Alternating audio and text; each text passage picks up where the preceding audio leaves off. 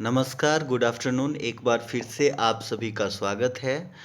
आज का जो क्लास है उसमें हम एक जो नया बुक है आपका अर्थशास्त्र हमारी अर्थव्यवस्था भाग 1, उसका जो पहला चैप्टर है बिहार के एक गांव की कहानी, उसके सारे ऑब्जेक्टिव जो भी वस्तुनिष्ठ है प्रश्न उसका व्याख्या सहित हम लोग आज चर्चा करेंगे।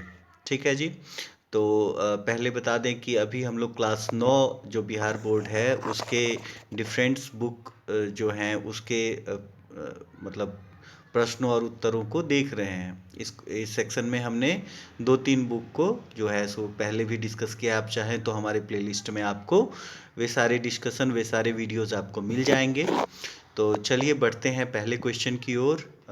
जो पहला क्वेश्चन है आपका वो है कि अर्थशास्त्र में भूमि का तात्पर्य क्या है।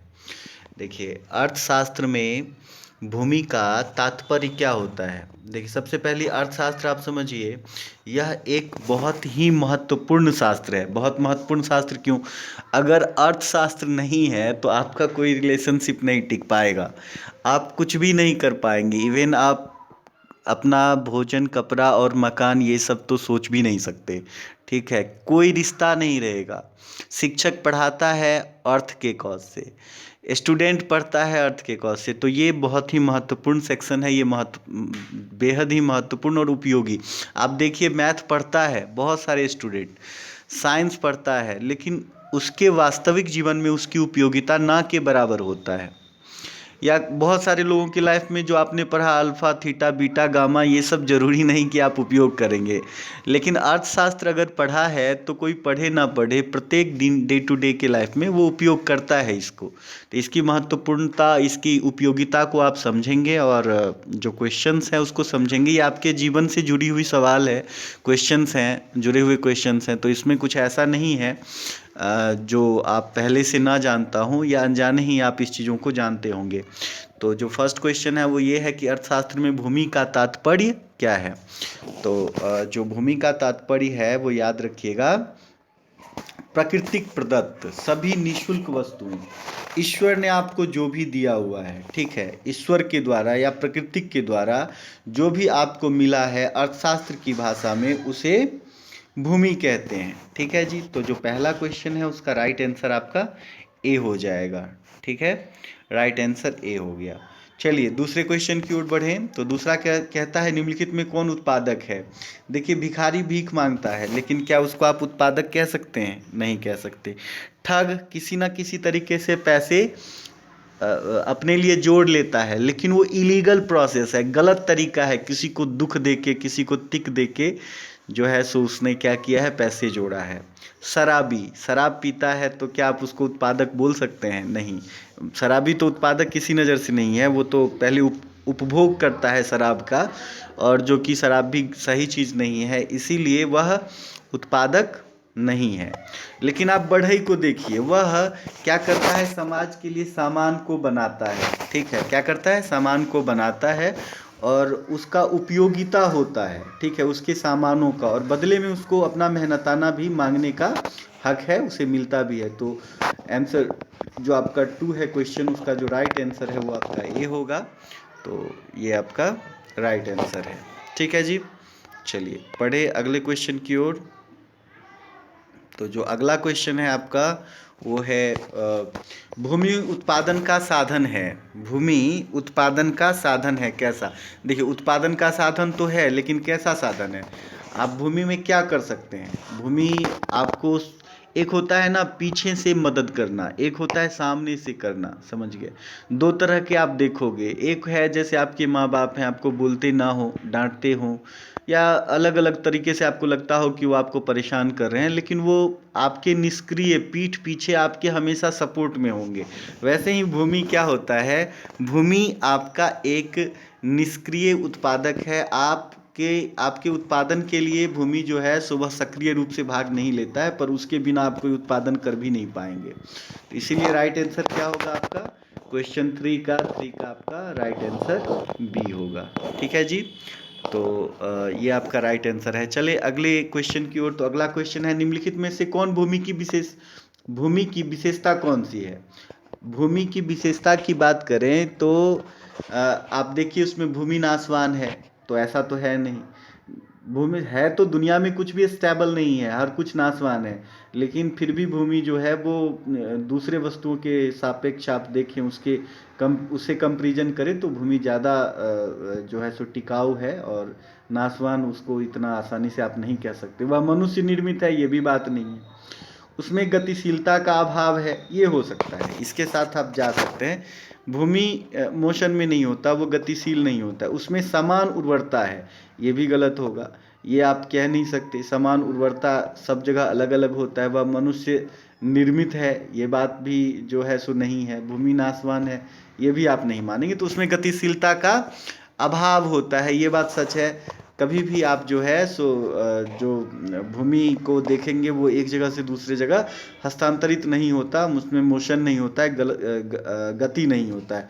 तो राइट आंसर आपका क्या हो जाएगा? 4 का राइट आंसर होगा आपका सी। ठीक है, तो चलिए अगले क्वेश्चन की ओर बढ़े। तो कहता है उत्पादन का साधन है। उत्पादन का साधन कौन है? तो देखिए वितरण।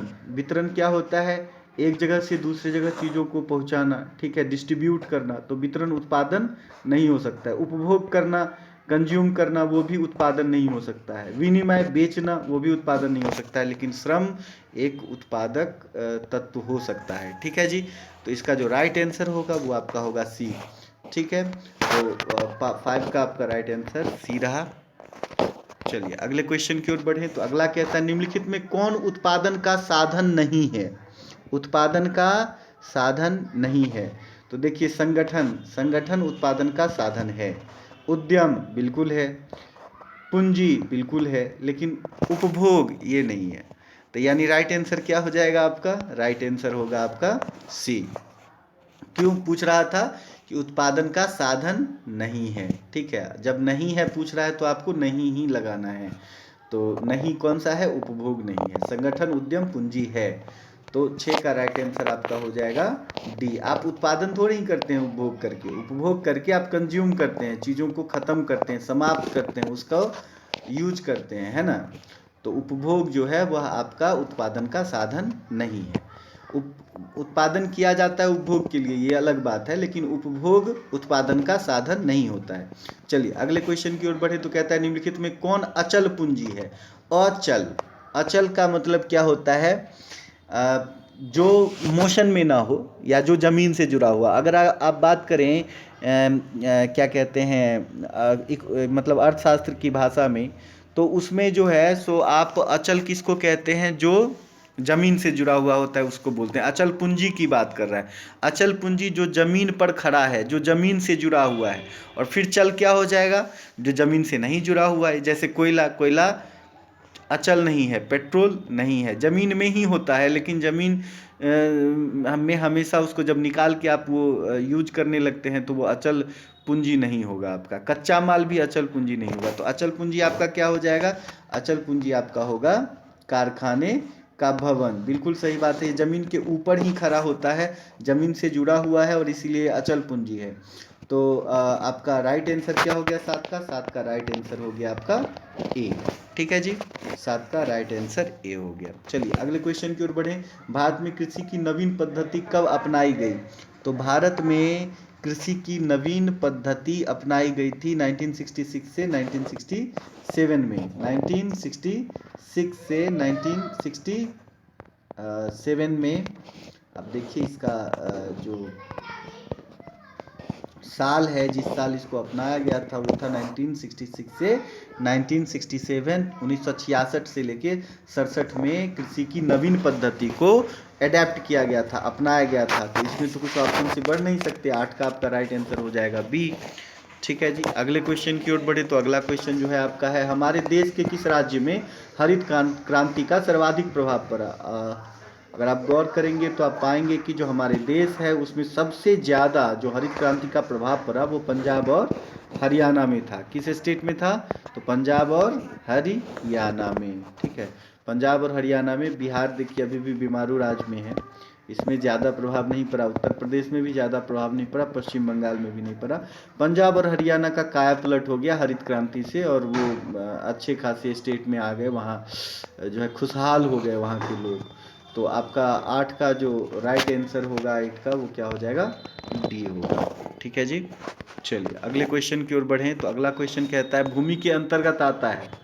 भूमि के अंतर्गत क्या आएगा आप बताइए। हल, हल एक वस्तु है जो बनाया जाता है, जिसे हम जमीन को जो क्या करते हैं, पोला करते हैं। कारखाना भूमि के अंतर्गत नहीं। अचल संपत्ति हो सकता है लेकिन भूमि के अंतर्गत नहीं आएगा। कुदाल भी नहीं आएगा, लेकिन क्या आएगा, तो जंगल आएगा। ठीक है, तो जंगल राइट आंसर आपका क्या हो जाएगा, जंगल। तो 10 का राइट आंसर क्या हुआ आपका, सी। 10 का राइट आंसर आपका सी हुआ। चलिए अगले क्वेश्चन की ओर बढ़े। कहते हैं निम्नलिखित में कौन पूंजी है। घर के बाहर पड़ा पत्थर, आप उससे क्या करेंगे बताइए। पत्थर पड़ा हुआ है घर के बाहर, आप उससे कुछ कर नहीं सकते हैं, उससे कुछ कर नहीं सकते हैं। ठीक है जी। पत्थर से आप क्या करिएगा। तो आपके घर के बाहर पड़ा हुआ है पत्थर, वह आपका पूंजी नहीं हो सकता। किसान का हल, उससे उत्पादन होता है, हो सकता है। ठीक है। बिना व्यवहार में लाई जाने वाली मशीन, आप जब उपयोग में ही नहीं लाइएगा तो वो किस तरीके से आपके लिए पूंजी हो सकता है। फटा हुआ कपड़ा से क्या करेंगे। ठीक है, तो राइट आंसर क्या हुआ इसका, किसान का हल, जिससे वो उत्पादन करता है। क्या करता है, किसान अपने हल से प्रोडक्शन करता है, खेती में के काम में उपयोग में लाता है, इसीलिए वह क्या है, पूंजी है। तो राइट आंसर क्या हो जाएगा 11 का, 11 का राइट आंसर हो जाएगा बी। ठीक है, 11 का राइट आंसर बी। चलिए 12, जो व्यक्ति व्यवसाय में जोखिम का वहन करता है उसे कहते हैं, देखते हैं ना फिल्मों में जो एक्शन करता है उसको क्या बोलते हैं, एक्शन मास्टर, है ना। वैसे ही जो व्यवसाय में जोखिम का वहन करता है उसको साहसी कहा जाता है। क्या कहते हैं, हिम्मत करने वाला। हाँ, उसको व्यवस्थापक नहीं कहेंगे, उसको व्यवस्थापक नहीं कहेंगे, उसको पूंजीपति भी नहीं कहेंगे, उसको संचालक मंडल भी नहीं कहेंगे। जोखिम उठाया है, किया क्या है उसने, जोखिम उठाया है, तो उसको हम साहसी कहेंगे। 12 का राइट आंसर आपका हो गया सी। ठीक है जी, 12 का राइट आंसर सी। चलिए अगले क्वेश्चन की ओर बढ़े। कहते हैं निम्नलिखित में कौन श्रम के अंतर्गत आती है। श्रम किसको कहेंगे आप, देखिए नौकर द्वारा बच्चों की सेवा, बच्चों को सेवा कर रहा है नौकर। नौकर द्वारा बच्चों की सेवा, इसको क्या कहिएगा, श्रम। श्रम, बच्चों की सेवा करे, उसका मेन काम जो हो वो हो सकता है पैसे के लिए फुटबॉल खेलना, हो सकता है श्रम, ये भी हो सकता है। नौकर द्वारा बच्चों की सेवा, वकील का कार्य, सब हो सकता है भाई, सब हो सकता है। एक सेकेंड, इसमें देखिए नौकर अगर बच्चों की सेवा कर रहा है, आपने नौकरी के काम में लगाया है, तो वह भी काम जो है वो क्या होगा, उसका श्रम होगा। ठीक है। अगर पैसे के लिए फुटबॉल खेल रहा है कोई, ठीक है, तो उसके लिए वह निश्चित ही क्या है, श्रम है। ये भी श्रम है, ये भी श्रम है। वकील क्या कर रहा है, वकील पैसे के लिए बहस कर रहा है, ठीक है, उसको उससे फायदा होगा, तो ये भी क्या होगा, श्रम है। तो राइट आंसर आपका क्या हो जाएगा, उपयुक्त सभी। ये जितने ऑप्शन हैं सब सही हैं, तो 13 का आपका राइट आंसर हो गया डी। ठीक है जी, 13 का राइट आंसर डी। चलिए अगले क्वेश्चन की ओर बढ़े। कहता है पूंजीगत वस्तुएं निम्नलिखित में कौन से हैं।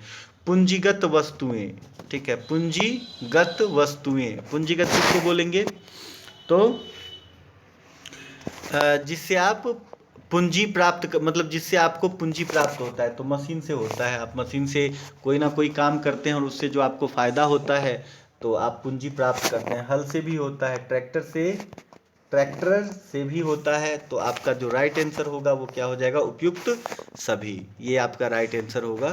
तो 14th का राइट आंसर आपका क्या हो गया, डी। ठीक है जी, 14 का राइट आंसर डी।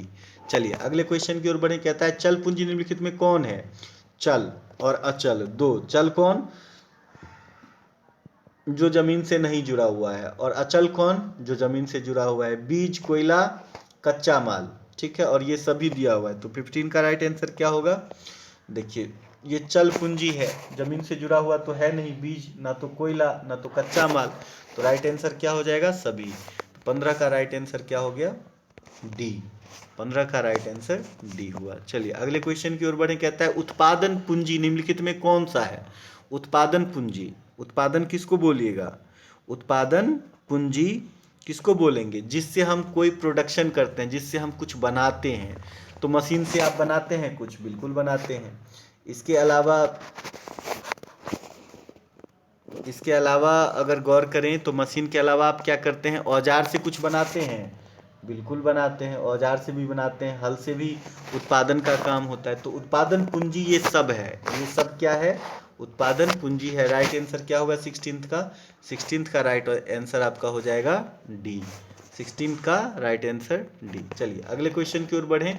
उत्पादन के प्रमुख साधन कितने हैं? आप जब पाठ पढ़िएगा तो स्टार्टिंग में ही बताया गया है कि उत्पादन के प्रमुख साधन 5 होते हैं। ठीक है जी, तो 17 का राइट आंसर क्या हो जाएगा आपका सी। 17 का राइट आंसर सी हो जाएगा। चलिए अगले क्वेश्चन की ओर। उत्पादन का अर्थ है, उत्पादन का अर्थ होता है उपयोगिता का सृजन करना। किसका सृजन करना? अगर आप कुछ उपयोगी वस्तु बना रहे हैं, ठीक है, मान लीजिए आप कपड़ा फाड़ के कुछ बना लिए, रुमाल बना लिए, तो उत्पादन हो गया। लेकिन कपड़ा फाड़ के यूं ही आप फाड़ के फेंक दिए, कुछ काम का चीज़ नहीं बना, तो वो उत्पादन नहीं हुआ। आप मिट्टी का कुछ मूर्ति बना लिए तो उत्पादन हो गया, लेकिन मिट्टी को यूं ही आपने कुछ इधर उधर फिर अपना तोड़ फोड़ किया, तो आपने कोई काम का वो चीज़ नहीं किया। ठीक है, तो आपने उत्पादन नहीं किया। उत्पादन का मतलब ही होता है उपयोगिता का सृजन करना, कुछ ऐसा वस्तु बनाना जिसको आप उपयोग में लाएंगे। ठीक है, तो 18 का राइट आंसर क्या होगा? 18 का राइट आंसर होगा आपका बी। ठीक है जी। चलिए 19 क्या है? उत्पादन का निष्क्रिय साधन है। सक्रिय और निष्क्रिय दो तरह का उत्पादन का साधन होता है। तो आप देखिए सक्रिय क्या होगा? सक्रिय किसको बोलेंगे? जिससे डायरेक्ट असर पड़ता है। अगर आप उत्पादन करना चाहते हैं तो उत्पादन करने के दरमियान आप अगर श्रम करते हैं तो सक्रिय है। संगठन सक्रिय है, साहसी होना सक्रिय है, लेकिन भूमि एक निष्क्रिय साधन है। भूमि क्या है? एक निष्क्रिय साधन है। तो राइट आंसर क्या होगा 19 का? 19 का राइट आंसर हो जाएगा आपका डी। ठीक है जी, 19 का राइट आंसर डी। उत्पादन का निष्क्रिय साधन भूमि है। भूमि बना हुआ रहता है, भूमि पीछे से हर उत्पादन में लगभग मददगार होता है। तो एक निष्क्रिय साधन है, सक्रिय नहीं है। श्रम, संगठन, साहसी होना, ये सब जो है सक्रिय और सामने से साधन होता है। ठीक है जी। चलिए अगले क्वेश्चन की ओर बढ़ें। तो कहता है पूंजीगत वस्तुएं निम्नलिखित में कौन से हैं? पूंजीगत वस्तुएं कौन से हैं? पूंजीगत वस्तुएं, मशीन, बिना पूंजी के आपको मशीन आ जाएगा? नहीं आएगा। तो पूंजीगत वस्तुएं हैं, या पूंजी प्राप्त करने में आपको मदद करता है, हल नहीं आएगा। और ऐसा नहीं है कि उसे आप उत्पादन नहीं करते हैं, ट्रैक्टर भी है। इसका राइट आंसर क्या हो जाएगा? सभी। यानी 20 का राइट आंसर क्या हो गया? 20 का आपका राइट आंसर डी। क्या हो गया? डी। तो यही आपका राइट आंसर है। चलिए अगला क्वेश्चन की ओर बढ़े। निम्नलिखित में से भूमि की विशेषता कौन सी है? भूमि आपको क्या लगता है कैसा है? तो भूमि जो है वह जो है, एक बार फिर इसका डिस्कशन पहले भी हुआ है, उसमें गतिशीलता का अभाव होता है, ये याद रखिएगा। वह नाशवान है ऐसी बात नहीं है, वह मनुष्य निर्मित है ये भी नहीं है, उसमें समान उर्वरता होता है ये भी नहीं, अलग जगह पे अलग अलग तरह का उर्वरकता होता है। तो 21 का राइट आंसर क्या हो जाएगा आपका? सी होगा। ठीक है जी, तो ये आपका राइट आंसर है। चलिए अगले क्वेश्चन की ओर बढ़े। निम्नलिखित में कार्यशील पूंजी कौन सी है? कार्यशील पूंजी जो कार्य पे लगा हुआ हो। देखिए खाद बीज कार्यशील होगा, ठीक है, लेकिन आप देखिए ट्रैक्टर, हल बैल, ये क्या है? कार्यशील पूंजी नहीं है। आप जब लगाएंगे तभी वो कार्य करेगा, ऐसा नहीं है। आपने एक बार जो है सो क्या किया, जमीन पे खाद बीज डाल दिया, वो कार्यशील हो गया। लेकिन ट्रैक्टर जब आप व्यक्त रूप से लगाएंगे तभी लगेगा, प्रत्यक्ष रूप से। हल बैल प्रत्यक्ष से लगाएंगे तभी होगा। तो कार्यशील जो काम में लगा हुआ है, अगर ऐसी बात कर रहा है तो खाद बीज होगा कार्यशील पूंजी। तो 22 का राइट आंसर क्या हो जाएगा आपका? सी होगा। ठीक है जी। चलिए अगले क्वेश्चन की ओर बढ़ें। तो अगला कहता है पूंजी उत्पादन का साधन है। पूंजी उत्पादन का साधन है, क्या हो सकता है पूंजी उत्पादन का साधन? पूंजी जब भी आप लगाते हैं प्रत्यक्ष लगाते हैं, और सक्रिय साधन होता है। कैसा साधन होता है? सक्रिय साधन होता है। इसीलिए पूंजी क्या है आपका? उत्पादन का सक्रिय साधन है। पूंजी सक्रिय साधन है। पूंजी नहीं लगाएंगे तो काम कैसे होगा? और सामने से वो दिखता भी है। तो पूंजी आपका सक्रिय साधन है। अगला क्वेश्चन कह रहा है निम्नलिखित में कौन चल पूंजी है? चल जो जमीन से न जुड़ा हुआ हो। तो आप देखिए हल बैल चल पूंजी है, बिल्कुल है। ट्रैक्टर चल पूंजी है, सही बात है। खाद बीज चल पूंजी है। तो इनमें से कोई नहीं, तो ये इनमें से कोई नहीं, ये आपका राइट आंसर होगा। इनमें से कोई नहीं, इनमें से सभी होना चाहिए। इनमें से सभी क्या होगा? सभी। अगर आप बात करें तो आपको लिखना पड़ेगा कि इनमें से सभी। ये सब जो है सो चल पूंजी है। हल बैल, ट्रैक्टर, खाद बीज, ये सभी क्या है? चल पूंजी है। ठीक है, चल पूंजी।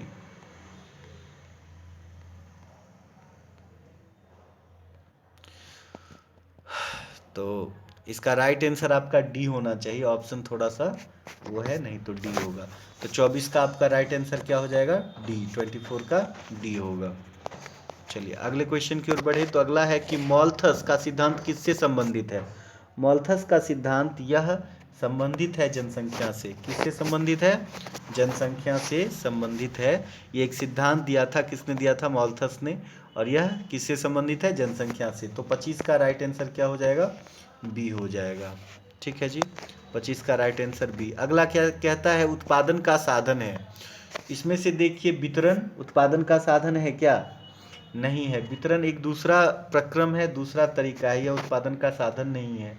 श्रम है, विनिमय नहीं है, उपभोग नहीं है। तो राइट आंसर आपका क्या हो गया, राइट आंसर हो गया आपका श्रम। तो 26 का राइट आंसर क्या होगा, 26 का होगा बी। 26 का राइट आंसर होगा बी। चलिए अगला क्वेश्चन कहता है, निम्नलिखित में कौन उत्पादन का साधन नहीं है। उत्पादन का साधन नहीं है ये पूछ रहा है। तो देखिए, संगठन तो भाई उत्पादन का साधन है, उद्यम है, पूंजी है, लेकिन उपभोग इसको बोलते हैं कंजम्पशन।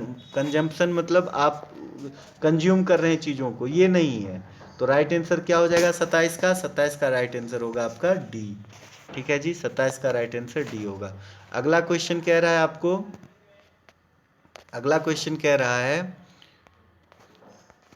नेक्स्ट क्वेश्चन क्या, निम्नलिखित में कौन पूंजी है। पूंजी किसको कहिएगा, जो आपको उत्पादन करने में मदद करे। आप देखिए, फटा हुआ वस्त्र आपके किसी काम का नहीं है। बिना व्यवहार में लाई जाने वाली मशीन क्या करिएगा। घर के बाहर पड़ा पत्थर वो भी कुछ नहीं करेगा, लेकिन किसान का हल, उससे वो उत्पादन करता है। तो ये क्या है, आपका पूंजी है। ठीक है, वह क्या बन जाएगा, आपका पूंजी। तो यही आपका राइट आंसर होगा, यानी 28 का राइट आंसर क्या हो जाएगा आपका सी। ठीक है जी, 28 का राइट आंसर सी होगा, यही आपका राइट आंसर है। चलिए अगला क्वेश्चन कहता है, जो व्यक्ति व्यवसाय में जोखिम का वहन करता है उसे कहते हैं, ये पहले भी एक बार हो गया है, जो व्यवसाय में जोखिम उठाता है उसको हम साहसी बोलते हैं। हाँ, उसको व्यवस्थापक नहीं बोलते, उसे पूंजीपति नहीं बोलते, उसे संचालक मंडल नहीं बोलते, बल्कि उसे साहसी बोलते हैं। तो 29 का राइट आंसर आपका हो जाएगा सी। ठीक है जी, 29 का राइट आंसर आपका सी होगा। चलिए अगला क्वेश्चन कहता है, निम्नलिखित में कौन श्रम के अंतर्गत आता है। सिनेमा देखते हैं तो आप श्रम करते हैं, घर में भर दिन सब तब श्रम ही करता रहता है ना। अब देखिएगा, सिनेमा हॉल में मनोरंजन होता है, सिनेमा देखना श्रम नहीं होता है। छात्र द्वारा मनोरंजन के लिए क्रिकेट खेलना, क्रिकेट खेलने के लिए बच्चा सब मार करता रहता है, आप करते होंगे कि चलो हम क्रिकेट खेलने जाएंगे, तो वह श्रम नहीं है। आप बोलिएगा शिक्षक द्वारा अध्यापन, बिल्कुल श्रम है, मेहनत करते हैं, उसका उनको पैसा मिलता है। आनंद के लिए संगीत का अभ्यास करना, गलत बात है, ये भी आपका श्रम के अंतर्गत नहीं आता है। तो शिक्षक पढ़ाते हैं वो श्रम है, अभी मैं पढ़ा रहा हूँ तो ये श्रम है। ठीक है, आप देखिएगा क्लास में, स्कूल में, जहाँ भी आप पढ़ते हैं, एक शिक्षक आपको पढ़ाने की कोशिश कर रहे हैं, वो श्रम है। ठीक है, लेकिन आप सिनेमा देखना, छात्र द्वारा मनोरंजन के लिए क्रिकेट खेलना, आनंद के लिए संगीत का अभ्यास करना, ये सब जो है सो श्रम के अंतर्गत नहीं आता है। राइट आंसर होगा आपका 30 का राइट आंसर सी होगा। ठीक है जी, चलिए अगले क्वेश्चन की ओर बढ़ें। कहता है, मानसिक श्रम के अंतर्गत आता है। मानसिक श्रम, मजदूर द्वारा हल चलाना, क्या लगता है उसमें दिमाग लगाता है, नहीं लगाता है। औरतों द्वारा रोपनी करना, नहीं लगाता है, वो फिजिकल काम कर रहा है, शारीरिक मेहनत कर रहा है ये दोनों। श्रमिक द्वारा मशीन चलाना शारीरिक मेहनत है, लेकिन वकील द्वारा कचहरी में बहस करना, मुंह से बकबक करता है, दिमाग लगाता है, उस पर जो है सो मेहनत करता है। तो ये राइट आंसर आपका क्या हो जाएगा, वकील द्वारा कचहरी में बहस करना। 31 का राइट आंसर आपका होता है सी। ठीक है जी, राइट आंसर सी है। चलिए अगला क्वेश्चन कह रहा है, कार्यशील पूंजी के अंतर्गत रखा जाता है। कार्यशील, जो आपको काम में मदद कर रहा है, वो कौन होगा। कार्यशील आपका श्रम नहीं हो सकता है, साधन है। मशीन नहीं हो सकता, वो भी साधन है। मकान नहीं हो सकता, साधन है। लेकिन मुद्रा आपका कार्यशील पूंजी है। मुद्रा क्या है आपका, कार्यशील पूंजी है। राइट आंसर क्या हो जाएगा आपका, डी हो जाएगा। राइट आंसर डी, 32 का राइट आंसर होगा आपका डी।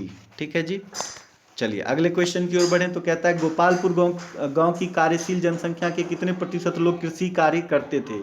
तो कृषि कार्य करने वाले लोग कितने थे, 75%। कितने थे, 75%। ये जो इसमें जिस गांव का चर्चा है, बिहार के एक गांव का चर्चा, तो उसमें जो है गोपालपुर था और उसमें जो लोग जुड़े हुए थे खेती से वो लगभग 75% थे। तो राइट आंसर आपका क्या हो गया 33 का राइट आंसर हो गया बी। ठीक है जी। चलिए अगले क्वेश्चन की ओर बढ़े तो कहता है अर्थशास्त्र में भूमि शब्द का क्या तात्पर्य है। अर्थशास्त्र में भूमि का तात्पर्य क्या होता है, तो भूमि के ऊपरी सतह ये भी होता है, खनिज संपदा होता है, जंगल ये होता है। तो यानी क्या हो जाएगा राइट आंसर ये सभी, यानी 34 का राइट आंसर आपका हो जाएगा डी। क्या होगा डी। ठीक है जी, ये आपका राइट आंसर है। चलिए अगले क्वेश्चन की ओर कहता है उत्पादन के साधनों में कौन सर्वाधिक महत्वपूर्ण है।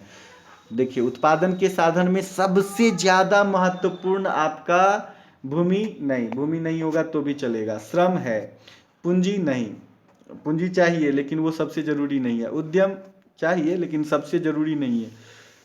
मतलब उद्यम क्या कहते हैं किसी कार्य व्यापार को, और श्रम क्या हो गया मेहनत। अगर आप कोई व्यापार करते हैं तो आप बिना मेहनत के उसे नहीं कर सकते।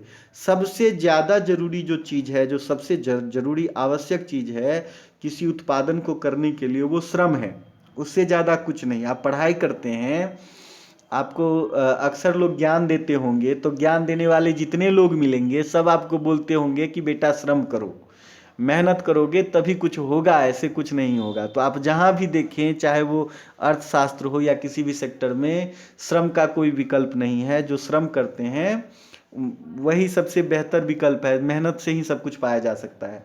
तो उत्पादन के साधनों में सबसे ज़्यादा महत्वपूर्ण आपके अर्थशास्त्र में भी श्रम ही है।